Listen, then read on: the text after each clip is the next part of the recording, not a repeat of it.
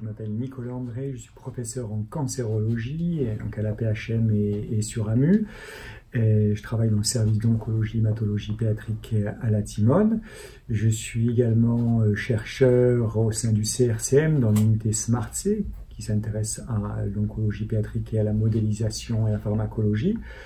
Et je suis également membre du conseil administratif du Cancéropode.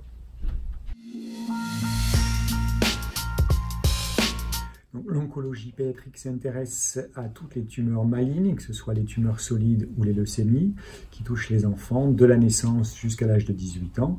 Et l'objectif est d'assurer toute la prise en charge, c'est-à-dire assurer le diagnostic, le traitement et le suivi à long terme. Donc, de par la rareté des différentes tumeurs qu'on rencontre en oncologie pédiatrique, cette discipline s'est dès le départ structurée au niveau national et international. Donc ça fait partie de l'organisation de travailler en réseau. À l'heure actuelle, il y a une prise de connaissance du manque de moyens qui sont disponibles pour traiter les enfants avec un cancer, notamment sur la recherche. Et par exemple, en France, depuis maintenant 2 ans, il y a un montant dédié à la recherche en oncologie pédiatrique qui est autour de 5 millions, qui on espère va pouvoir permettre de faire des gros progrès. Donc, dans les pays à haut revenu, on considère que 80% des enfants avec un cancer sont guéris et 20% décèdent encore de leur maladie. Donc de ce chiffre, il découle plusieurs challenges.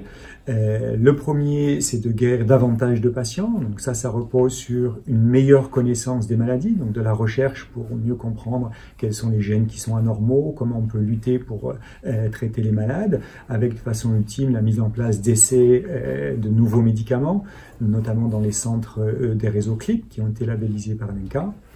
Ensuite, il faut également améliorer les soins au quotidien, donc améliorer le traitement contre la douleur, les antibiotiques, et puis les soins palliatifs qui malheureusement font partie du quotidien pour les équipes de cancérologie pédiatrique. Et puis enfin, il faut assurer le suivi de ces patients, et donc là aussi il y a des efforts nationaux, internationaux qui se mettent en place. Un exemple national est l'accord CLEA qui a été mis en place au départ sur Marseille et s'est étendu progressivement à toute la France.